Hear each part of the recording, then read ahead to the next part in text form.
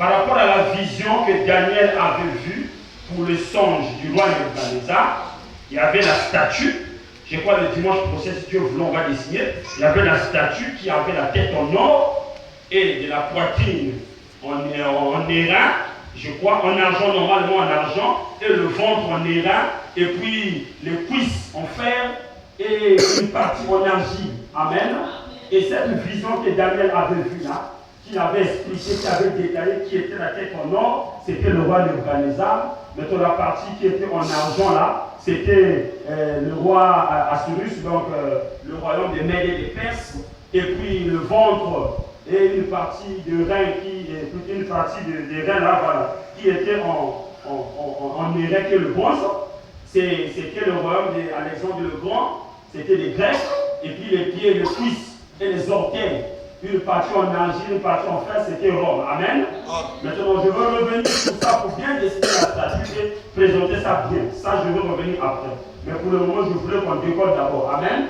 Donc, quand la Rome païenne, qui était le fer, donc la fin des reines des nations. Vous savez que la statue là avait montré les reines des nations. Parce que la reine des nations a commencé depuis le temps de Daniel. Quand Nebuchadnezzar est venu renverser Israël, et il a pris tous les Juifs et les a amenés en captivité à Babylone.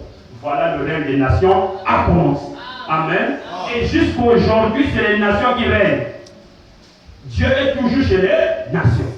Mais un jour, il retournera en Israël. Mais avant que Dieu retourne en Israël, il fallait que l'enlèvement puisse avoir lieu. Quand il y aura l'enlèvement, le pouce quitte la terre et Dieu retourne chez les nations. On appelle ça la grâce retourne chez les nations. Dites Amen. Amen. Voilà, mais pour le moment, et plutôt en Israël, excusez-moi. Mais maintenant, la grâce est encore chez les nations. Amen.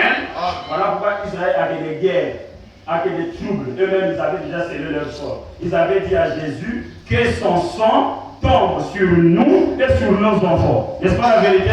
Et mais le sang qu'ils avaient demandé qui va tomber sur eux et sur leurs enfants. Jusqu'aujourd'hui, ça continue à tomber. Israël est toujours en guerre. Là, ils sont en guerre. Tout le monde là-bas est contre eux. Ils resteront toujours en guerre jusqu'à ce que le dernier élu rentre. Amen.